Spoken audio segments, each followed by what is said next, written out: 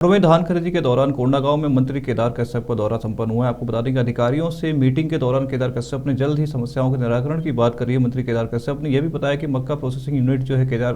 कोंडागांव में स्थापित की जा रही है, जिसके बाद यहाँ के लोगों को जागरूकता होगी और जागरूकता के बाद लोग अपना रजिस्ट्रेशन कराकर ज़्यादा से ज़्यादा मक्का यहाँ पर प्रोसेसिंग के माध्यम से बेच सकेंगे। ये मुलाकात में बताएंगे। देखिए, एक तो सबसे बड़ी बात यहाँ पे ये है कि धान खरीदी को लेकर के जिस तरीके से राज्य सरकार अभी धान खरीदी का प्रारंभ किया है और लगातार धान खरीदी केंद्रों की संख्या बढ़ाने की मांग आ रही है। नक्सल प्रभावित क्षेत्र के जो किसान बंधु हैं उन क्षेत्रों में भी धान की पैदावार अच्छी हो रही है, तो वहाँ पर भी उनकी डिमांड है कि वहाँ पर नए धान खरीदी केंद्र खोले जाएं। उसके साथ साथ कुछ पर्यटन स्थल के विषय भी थे और अन्य विषयों पर यहाँ पर चर्चा हुई है। और आने वाले समय में मक्का का ये वाला पूरा क्षेत्र है और मक्का प्रोसेसिंग यूनिट यहाँ पर स्थापित हो रहा है। मक्का प्रोसेसिंग यूनिट के माध्यम से यहाँ के लोग ज़्यादा से ज़्यादा जागरूक हों और उसमें पंजीयन करा करके वो अपना मक्का यहाँ पर बेचने का काम करें। इसके लिए उनसे चर्चा हो रही है। सर, विधानसभा नारायणपुर क्षेत्र के भी ग्रामीण आज आपके पास पहुँचे, किन तरह की समस्या लेकर पहुँचे? मैंने कहा ना कि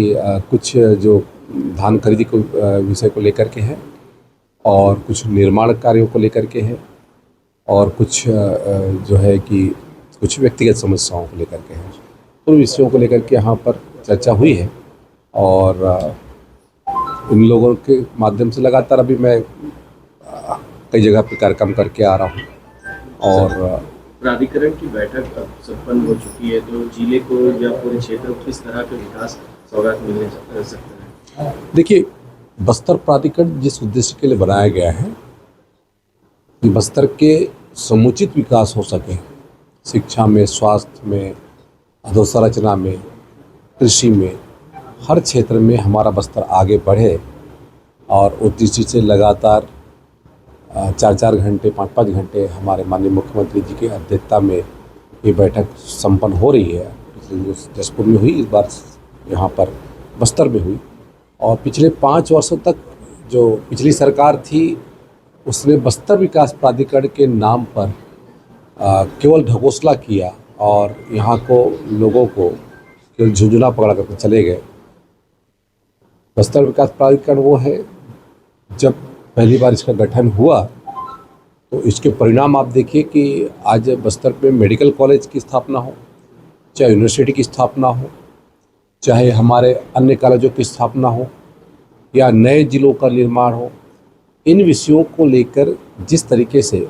समग्र रूप से चर्चा हुई। कोसा टेटा परियोजना जो बहुत लंबे वर्षों तक चलते हैं लंबित थी, तो वो योजना यदि पूर्ण होती है तो कहीं ना कहीं से उन विषयों पर क्या निराकरण हो सकता है, कौन कौन सी ऐसी दिक्कतें हैं, उन दिक्कतों को कैसे ख़त्म किया जाए, इस पर चर्चा होती है। तो मैंने कहा ना कि पहले शिक्षा में, स्वास्थ्य में, एग्रीकल्चर के दृष्टि से, इरिगेशन के दृष्टि से प्राधिकरण में बहुत बड़े बड़े निर्णय हुए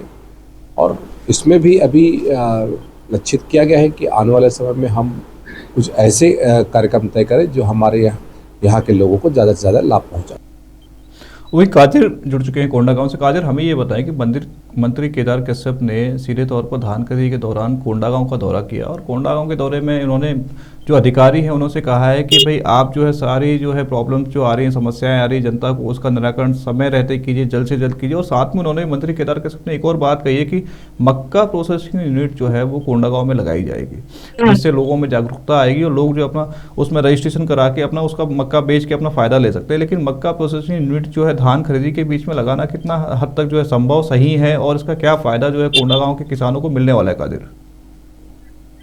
जैसा कि मैं बताना चाहूंगा कि मक्का प्रोसेसिंग का जो प्लांट कोंडागांव में जो तैयार किया गया है, अभी जिसका काम लगातार निरंतर जारी है, जो अभी अधूरा है, कुछ ही समय में जल्दी ये पूरा होने वाला है और किसानों को लाभ ये होने वाला है कि वो किसान जो दूसरे कोचिया को जाकर के बेचते थे, है ना, वो खुद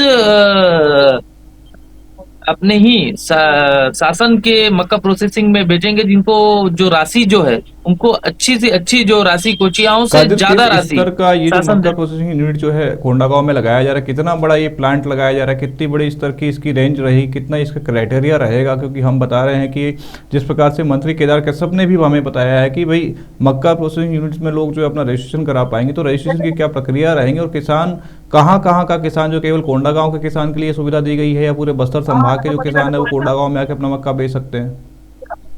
रजिस्ट्रेशन तो सिर्फ ऑनलाइन ही होगा इसका। और ये जो कोंडागांव जिले में बहुत बड़ा ये जो प्रोजेक्ट तैयार किया जा रहा है, कि बताया जा रहा है सूत्रों से मिली जानकारी से कि ये पूरे बस्तर संभाग को कवर करेगा। काजल, हमें ये और पूरे बताएं कि बस्तर क्या किसी प्रकार की सब्सिडी भी जो सरकार के द्वारा जो है मक्का जब किसान बेचने आएंगे, जो अभी तक कोचिया को बेच रहे हैं, अब सीधे सरकार को बेचेंगे, तो क्या किसी प्रकार की सब्सिडी भी जो है किसानों को दी जाएगी? किसी प्रकार की जो है राहत जो है रजिस्ट्रेशन में या मक्का बेचने में जो किसानों को किसी प्रकार की राहत सरकार के द्वारा दी जानी है? ये जो एक सहायता जो राशि होती है पीजीपी के तहत, जो धान खरीदी केंद्रों में भी जो अभी किसान जो धान बेच रहे हैं जिसमें से उनको जो सब्सिडी मिलता है, वैसे ही मक्का प्रोसेसिंग का भी सब्सिडी किसानों को मिलने वाला है। चलिए, बहुत बहुत धन्यवाद कादिर तमाम जानकारी साझा करने